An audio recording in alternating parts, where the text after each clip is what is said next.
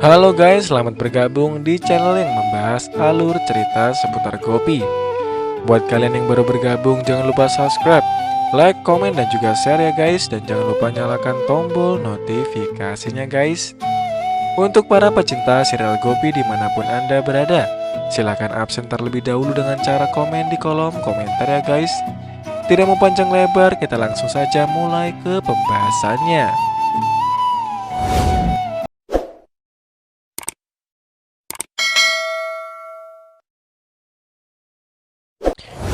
Vidya menghibur Durga dan menenangkannya.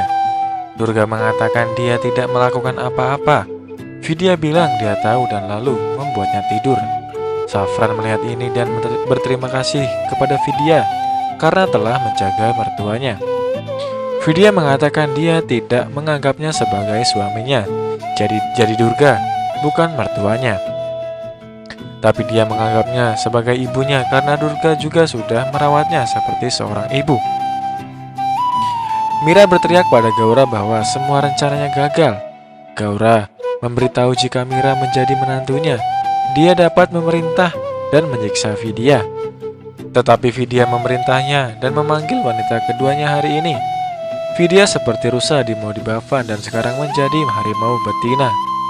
Gaura mengatakan padanya bahwa dia akan melakukan sesuatu pada Mira dan Vidya dan akan menyakiti Vidya. Mira bertanya apa yang akan dilakukan. Gaura meminta Mira untuk menunggu dan menonton saja. Di lain sisi, Gopi mengatakan pada Kokila bahwa dia khawatir pada Vidya karena dia merasa sesuatu yang buruk akan terjadi. Ahem masuk dan bertanya apakah kau tidak khawatir ketika dia mendorong Vidya ke neraka. Kokila mengatakan besok pagi adalah ritual di kuil Durga. Jadi Kokila ingin Ahem menemani Gopi. Ahem mengatakan dia tidak akan pergi kemanapun dengan Gopi. Dan Ahem pun lalu pergi. Gopi mengatakan dia percaya kepada Tuhan dan mengenang peristiwa ketika Kokila kehilangan ingatannya dan hilang di kota kuil. Gopi menemukannya karena kepercayaannya pada Tuhan. Kokila mengatakan dewa akan membantunya bahkan saat ini. Vidya pulang dari luar rumah. Safran bertanya dari mana dia. Dia mengkhawatirkannya. Vidya bilang dia kehilangan dirinya sendiri saat dia membuat kesepakatan pernikahan mereka dan meminta Safran untuk tidak menunjukkan perhatian kepadanya. Kalau tidak, Vidya akan merasa lebih sakit. Di lain sisi, Kokila mengatakan pada Hetal dia ingin Ahem menghadiri Navratri puja dengan Gopi. Ahem datang dan mengatakan dia tidak akan pergi kemanapun. Kokila melanjutkan pembicaraannya dan mengatakan dia harus pergi demi keluarga. Kokila bilang pada Ahem bahwa ia membuat kesalahan dan kemudian harus memohon pada Tuhan untuk melindungi keluarganya, namun Ahem tidak melakukannya. Kokila bersikeras dan Ahem pun setuju pada akhirnya. Kokila meminta Jigar untuk pergi dengan Ahem. Hetal mengatakan kami ingin kamu menjembatani hubungan baik antara Gopi dan Ahem. Jigar bilang, aku berharap kakak mengerti bahwa Gopi selalu benar. Kokila berharap bahwa setiap istri akan mendapat berkat sang dewa seperti Gopi. Dia mengatakan Jigar mendukung Gopi ketika dia pergi ke Mumbai untuk membawa pulang Ahem. Jigar bilang aku merasa mereka tidak lengkap tanpa satu sama lain. Jigar juga bilang aku siap untuk pergi bersama mereka. Kokila memberkati dia.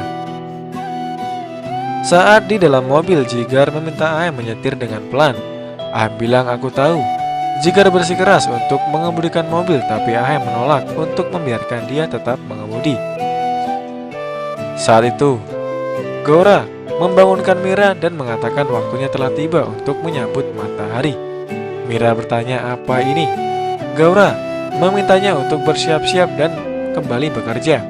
Mira mengatakan sekarang masih jam 5:30. Mira mengatakan apa? Gaura memintanya untuk membuat menantunya bangun seperti ini. Mira bertanya apakah ini ritual. Mira bilang aku akan membangunkannya dengan menyiramkan air ke wajahnya dan tersenyum. Gaura juga tersenyum. Vidya datang dan bertanya tentang rencananya. Gaura mengatakan menantu cucuku sudah siap setelah mandi.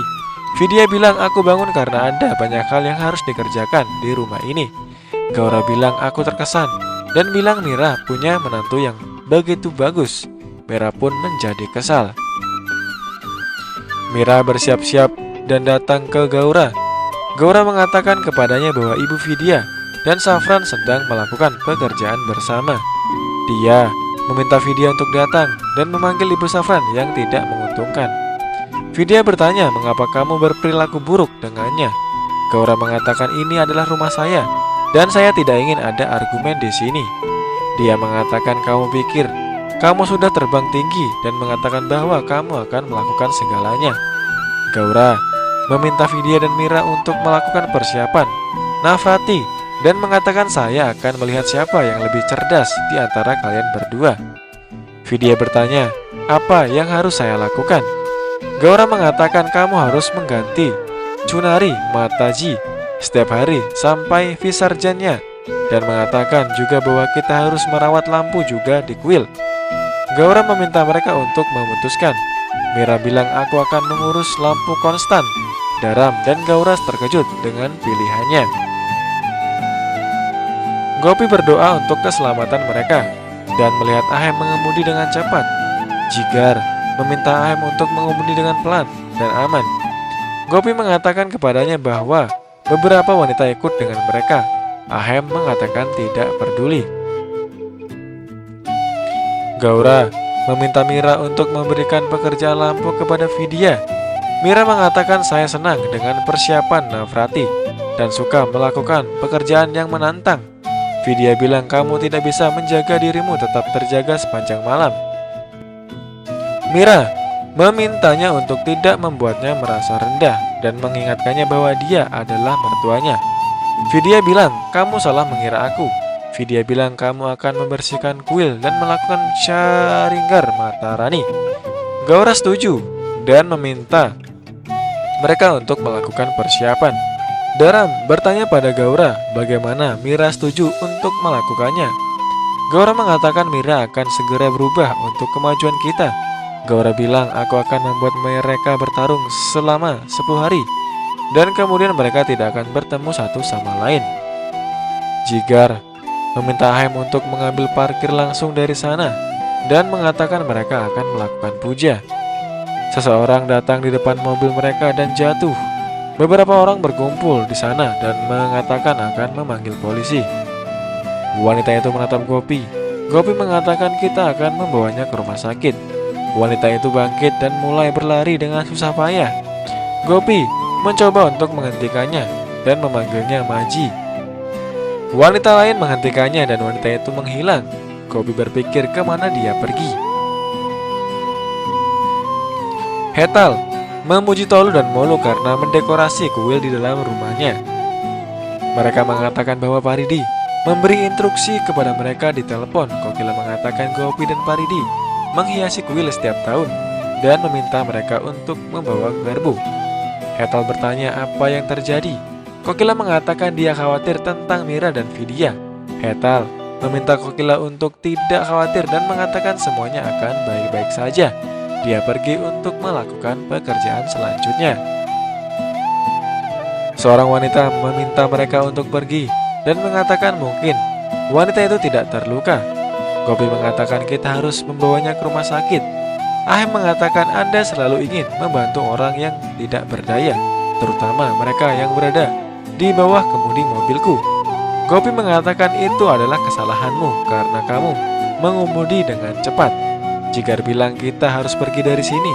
Mereka duduk di dalam mobil dan lalu pergi. Gaura, Mira, dan Vidya melakukan puja dengan orang lain. Mira berpikir dia sangat lapar dan tidak sarapan juga. Gaura meminta Mira untuk melakukan arti. Mira menyalakan lampu. Vidya mendekati Matarani dan menutupnya dengan Chunari yang suci. Safran tersenyum. Cahaya mata dimemainkan. Gaura menghargai Vidya yang membuat Mira merasa cemburu. Daram dan Gaura terlihat tersenyum. Mira berpikir untuk memberi pelajaran pada Vidya. Nah, itu dia ulasan cerita Gopi di episode kali ini.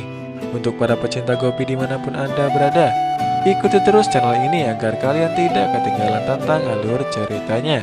Mimin ucapkan terima kasih yang sudah menonton. Wassalamualaikum warahmatullahi wabarakatuh.